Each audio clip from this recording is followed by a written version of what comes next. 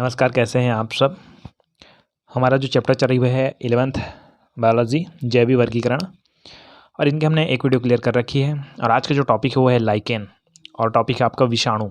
Lichen क्या है, आर्थिक महत्व क्या है, विषाणु क्या है, इसके प्रकार क्या है, ये सब हम लोग क्लियर करने वाले हैं।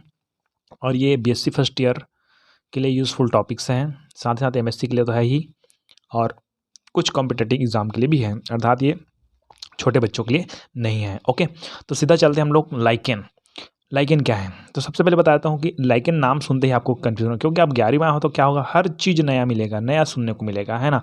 तो पहले मैं थोड़ा सा बातों से क्लियर करते हुए आपको ऊपर ले जाऊँगा। तो सबसे पहले बात करते हैं हम लोग शैवाल के बारे में। नाम सुने होंगे शैवाल, ठीक है। जैसे कि आपके नदी नाले वगैरह में कई काई दिखते हैं, काई दिखाई देते हैं, ठीक है। लेकिन हर काई शैवाल नहीं होता, ये भी याद रखिएगा, ठीक है। उसमें शैवाल होती हैं, वो शैवाल होते हैं कवक। कवक मतलब क्या है, मशरूम देखे होंगे, मशरूम आप लोग, ठीक है, जिसको खाते हैं हम लोग, कुकुरमुत्ता बोलते हैं उसको, छत्तीसगढ़ी में फुटू बोल देते हैं उसको, है ना। तो ये क्या है, आपके कवक हैं। तो ये दोनों नाम तो आप बहुत सुने होंगे, लेकिन लाइकेन नहीं सुने होंगे। तो एक्चुअली मैं बता दूं कि ये शैवाल है वो पादप जगत के अंतर्गत आता है ना, और कवक है वो फंजाई जगत के अंदर आता है। फंजाई पिछले वीडियो मैंने फंजाई जगत को बताया है, पादप जगत को बताया है, प्लांटी जगत सब है उसको बताया मैंने, है ना। तो ये दोनों अलग अलग जगत में थे, लेकिन जब ये दोनों एक साथ मिल जाते हैं ना, तब ये बन जाता है आपका लाइकेन।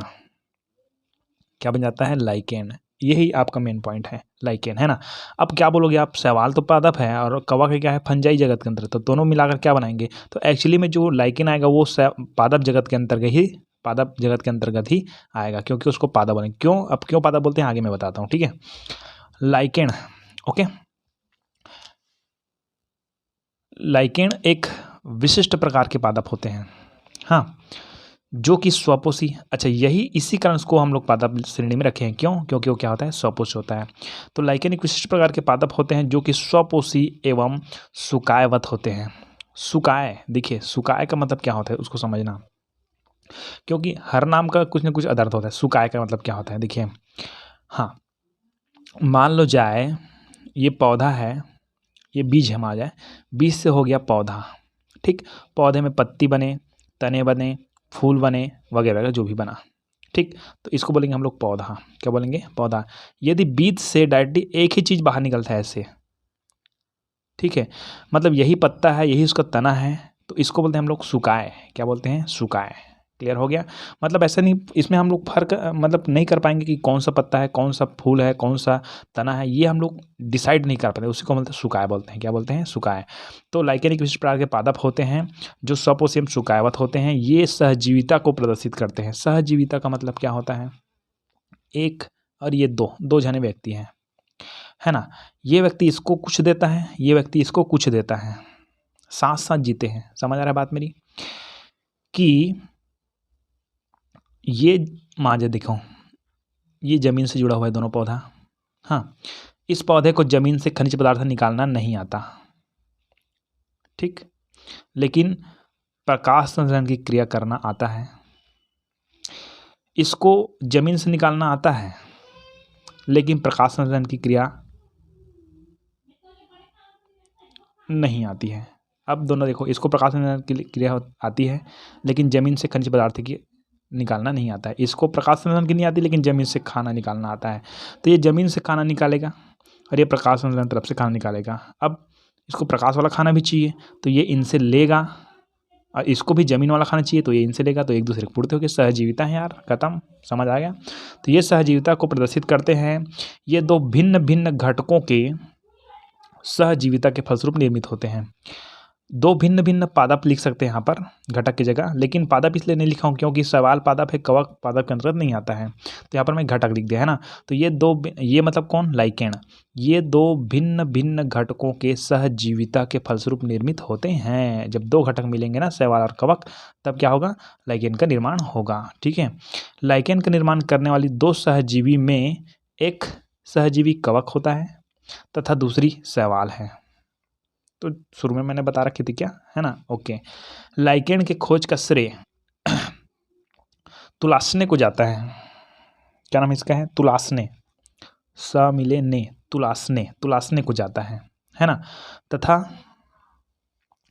थ्रियोफ्रास्टस, फ्रास्टस बोलेंगे, फ्रास्टस, ठीक है, थ्रियोफ्रास्टस, इसका स्पेलिंग वो ज़्यादा बेटर रहेगा, पर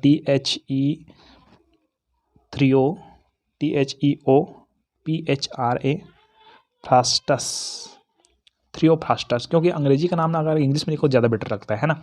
तो थ्रियोफ्रास्टस ने इसे अर्थात लाइकेन को, लाइकेन शब्द का प्रथम बार उपयोग किया। तो खोज किसने की? वो उसने किया था तुलासने ने, लेकिन इसका प्रयोग, इस नाम का प्रयोग, लाइकेन नाम का प्रयोग सबसे पहले किसने किया था? थ्रियोफ्रास्टस ने किया था। क्लियर है? तो ये हो गया लाइकेन।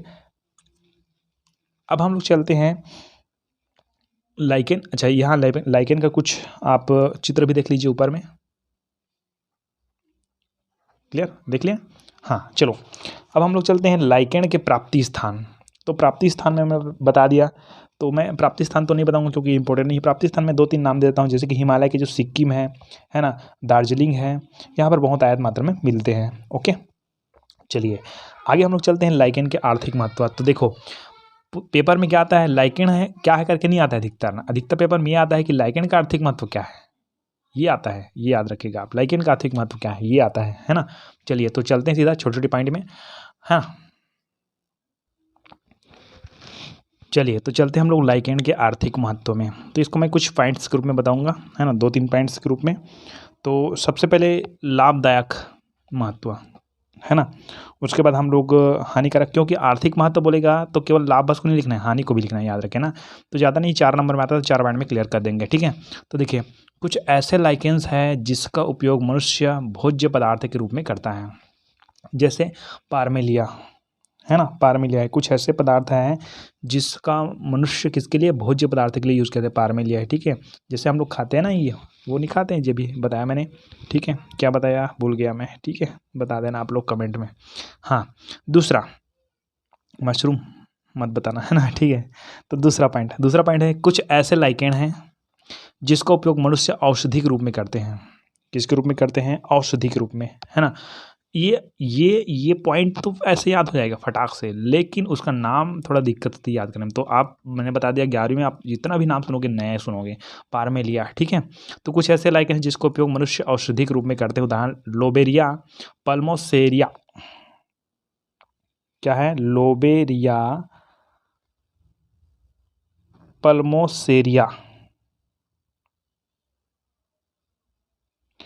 ये फेफड़े के रोग में यूज़ होता है, लेकिन इसको लिखने की जरूरत नहीं है, बस आपको नाम याद करना है, ठीक है। पल्मोसेरिया, पाल्मोसेरिया जी, पाल्मो नहीं लिखेंगे, पल्मो लिखेंगे ज़्यादा बेटर रहेगा, क्योंकि PA लिखा रहता है जरूर इंग्लिश में, लेकिन इसको पल्मो पढ़ते हैं, पल्मो। PA नहीं, PU लिखा रहता है, तो पल्मो पढ़ेंगे, पल्मो, पाल्मो नहीं पढ़ेंगे, ठीक है। लोबेरिया पाल्मोसेरिया, ठीक है। तीसरा देखिए,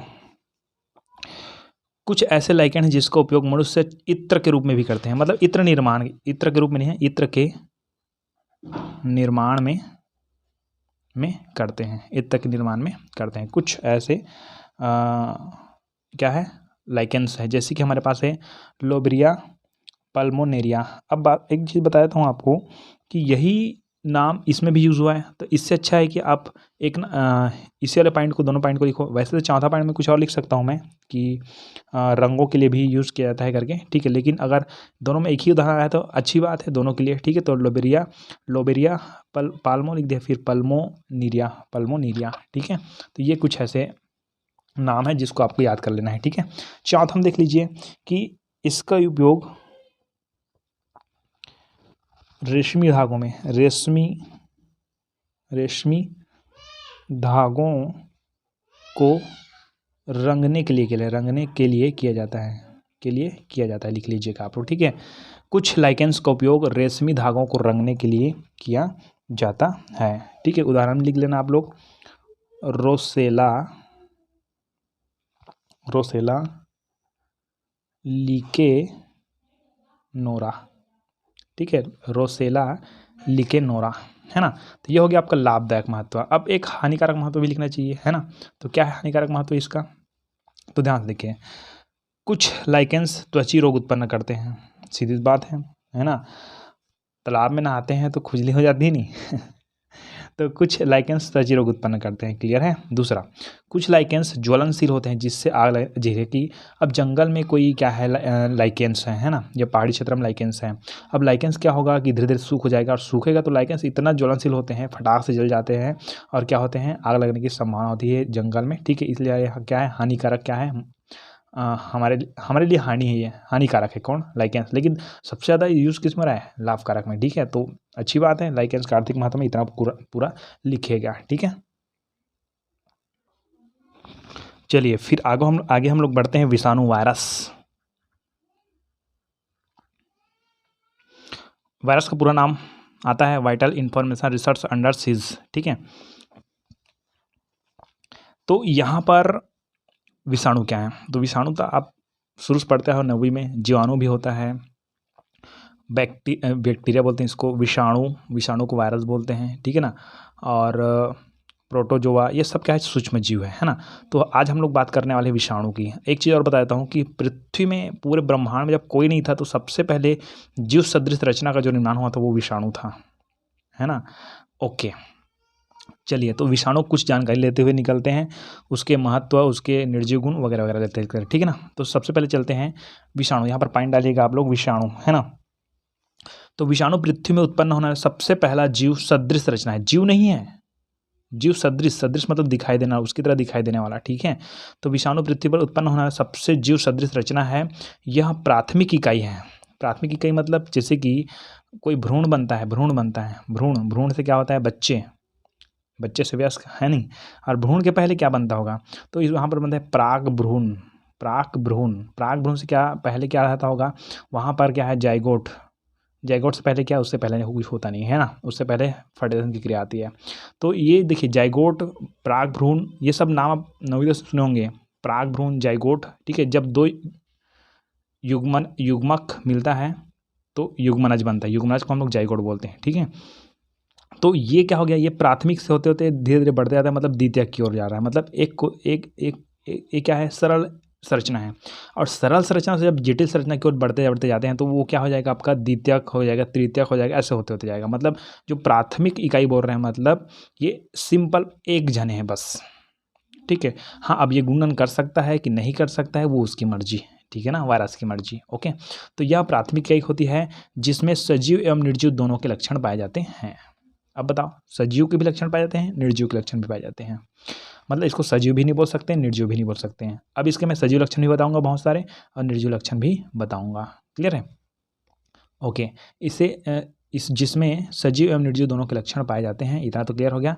अतः इसे, यहाँ पर डेट लगा है तो थोड़ा सा क्या होता है, हम लोग लिखते लिखते इतने आलसी हो जाते हैं कि ऐसे कर देते हैं, है ना, ठीक है। तो यहाँ पर क्या लिखोगे कि अतः इसे निर्जीव एवं सजीव के बीच की कड़ी कहा जाता है, ठीक। आगे चलते हैं। यदि विषाणु कोशिका के बाहर हो तो, चलिए, जब किसी मनुष्य में जाता है तो कोशिका के अंदर जाता है। अब मनुष्य में नहीं है, किसी कोशिका के बाहर है, तब क्या करेगा, देखो। तो यदि यह कोशिका के बाहर हो तो निर्जीव की तरह व्यवहार करता है। निर्जीव मतलब एकदम चुपचाप बैठा रहता है बेचारा, है ना तो इसका द्विगुणन होता है, ना तो कुछ होता है, ना इफेक्ट करता है। तो विषाणु कोशिका के बाहर तो निर्जीव की तरह कार्य करता है, लेकिन यदि वहाँ कोशिका के अंदर हो तो परजीवी की तरह व्यवहार करता है। अगर कोशिका के अंदर चला गया, है ना, सेल के अंदर चला गया तो उस समय वो एक्टिव हो जाएगा मतलब अपना द्विगुणन करना शुरू कर देगा वो, ठीक है। तो ये विषाणु के कुछ टॉपिक्स पॉइंट थे, है ना। आगे, विषाणु के संरचनात्मक घटक, कि विषाणु किन किन चीज़ों से बना हुआ है, यहाँ पर पॉइंट डालेगा कि विषाणु के संरचनात्मक घटक। वैसे बुक में आपको दिखेगा कि विषाणु के सजीव एवं निर्जीव लक्षण बताइए, है ना। तो सजीव निर्जीव लक्षण बाद में बताऊँगा मैं, पहले हम लोग चलते हैं संरचनात्मक घटक में, उसके बाद मैं बताऊंगा सजीव निर्जीव के लक्षण, ठीक है। तो किन किन चीज़ों से बना हुआ है, संपूर्ण विषाणु को विरयाण भी कहते हैं, ओके, ये नाम याद रखिएगा, विरयाण भी कहते हैं। विरयाण में प्रोटीन भाग को कैप्सिड कहते हैं। अब ये कैप्सिड क्या है, कैप्सोमियर क्या है, और कैप्सोमियर में बताएं मोनोमर क्या है, ये नाम तो अभी केवल याद रखिए, इसमें मुझे अभी मत पूछिए कि कैप्सिड की किस जगह दिखाई देता है, कैप्सोमियर किस जगह दिखाई देता है, और मोनोमर कहाँ दिखाई देता है। ये आपको मैं बताऊंगा टोबैको मोज़ेक विषाणु के संरचना में, क्योंकि अभी हम लोग संरचना नहीं बना सकते किसका, विषाणु का, है ना। विषाणु को केवल हम लोग चित्र दिखा सकते हैं जो आपको यहाँ डिस्प्ले में दिखाई दिया। ओके, ये इस तरह से क्या होते हैं, विषाणु होते हैं। ठीक है, ओके। चलिए तो घटक में चलते हैं कि संपूर्ण विषाणु को विरयाण भी कहते हैं। विरयाण के प्रोटीन भाग को मैं पहली चीज़ बताता हूँ कि ये जो विषाणु हैं वो प्रोटीन और आरएनए का बना होता है, याद रखिएगा। किसका? प्रोटीन और आरएनए का, जिसमें प्रोटीन का बहुत सारा भाग होता है, लगभग 90-94% भाग होता है, और 5 से 6% भाग क्या होता है उसका, आरएनए होता है। क्लियर है? तो इसके जो प्रोटीन भाग है उस प्रोटीन भाग को कैप्सिड कहते हैं। क्लियर?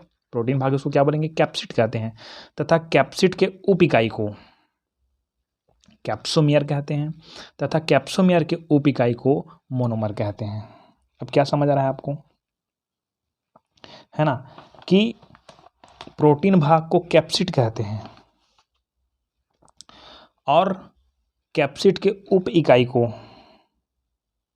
कैप्सोमियर कहते हैं। मतलब ये है कि जो कैप्सिड है वो किन चीज़ों से बना होता है, कैप्सोमियर से। अब कैप्सोमियर के उप इकाई क्या बोलते हैं, मोनोमर कहते हैं, है ना। तो अब समझिए, ये है आपका मोनोमर।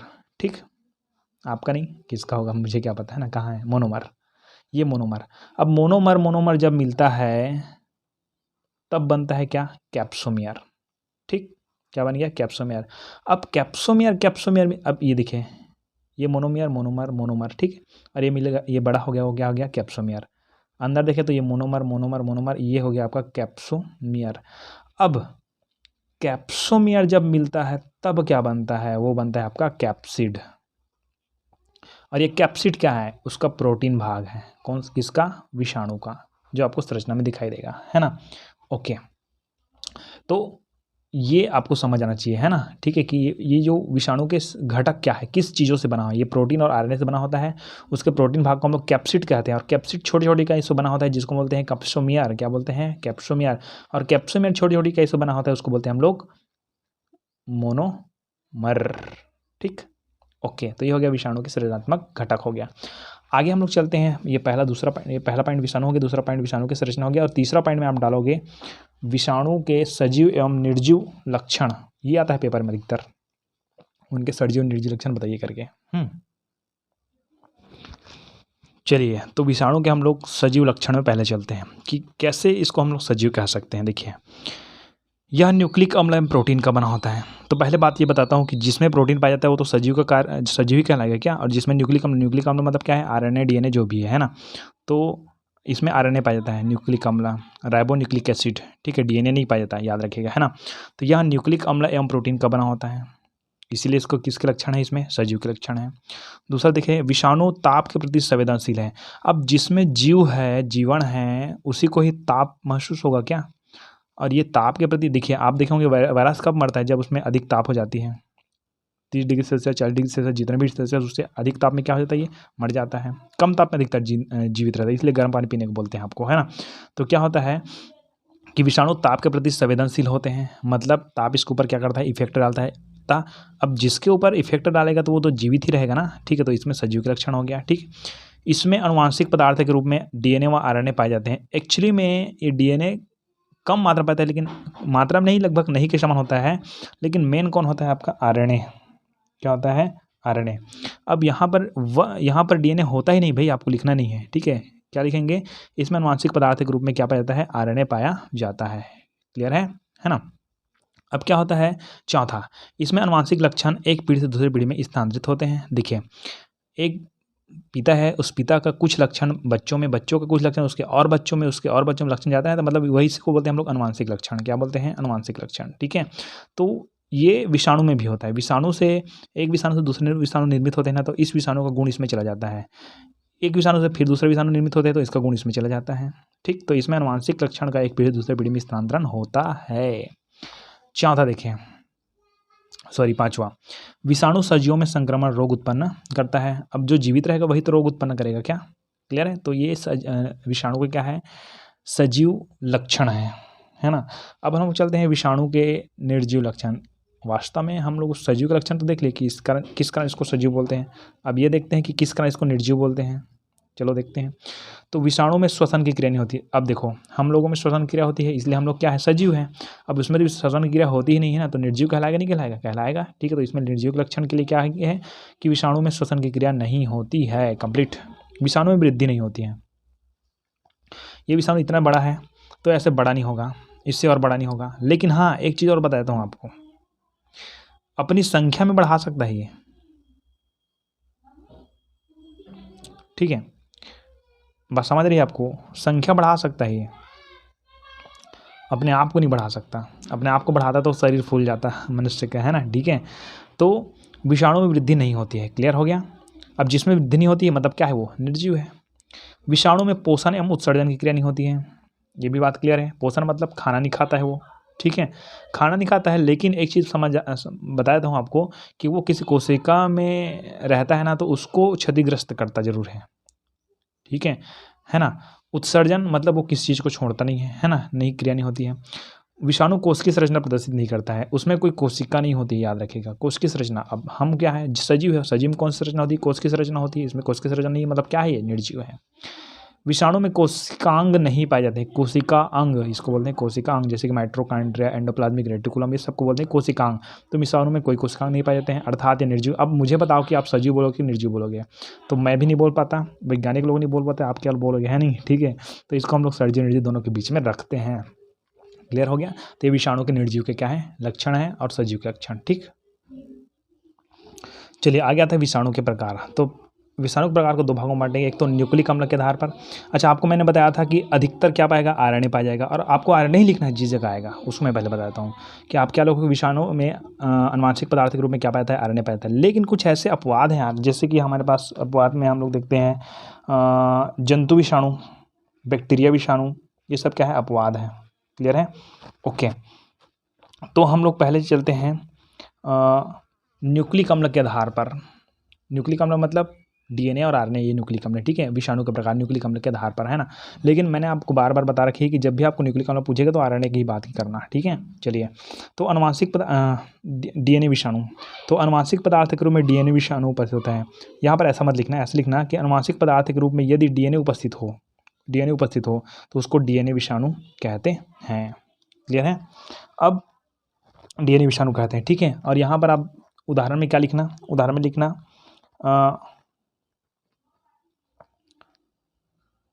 बैक्टीरियल विषाणु, ठीक है, जंतु जगत नहीं लिखना है, ठीक है, बैक्टीरियल विषाणु। क्लियर हो गया? तो यहाँ पर आप क्या करोगे, अनुवांशिक पदार्थ के रूप में यदि डीएनए होती है तो उसे डीएनए विषाणु कहते हैं या डीएनए वायरस कहते हैं। क्लियर है? सेम वही सिचुएशन आरएनए विषाणु, यदि न्यूक्लिक अम्ल के रूप में आरएनए उपस्थित हो तो उसे आरएनए विषाणु कहते हैं। क्लियर है? ओके, आरएनए विषाणु कहते हैं। तो यहाँ पर जंतु अगर लिखा है तो इसका मतलब ये है बैक्टीरिया संबंधित लिखा गया ना, लेकिन इसको लिखेंगे थोड़ा गलत हो जाएगा, गलत नहीं होगा, लेकिन यहाँ पर बैक्टीरिया लिखना जरूरी है। और यहाँ पर लिखे आरएनए विषाणु, हमारे पास आरएनए विषाणु है ना, तो आरएनए विषाणु में एक आध नाम लिख देना, जैसे कि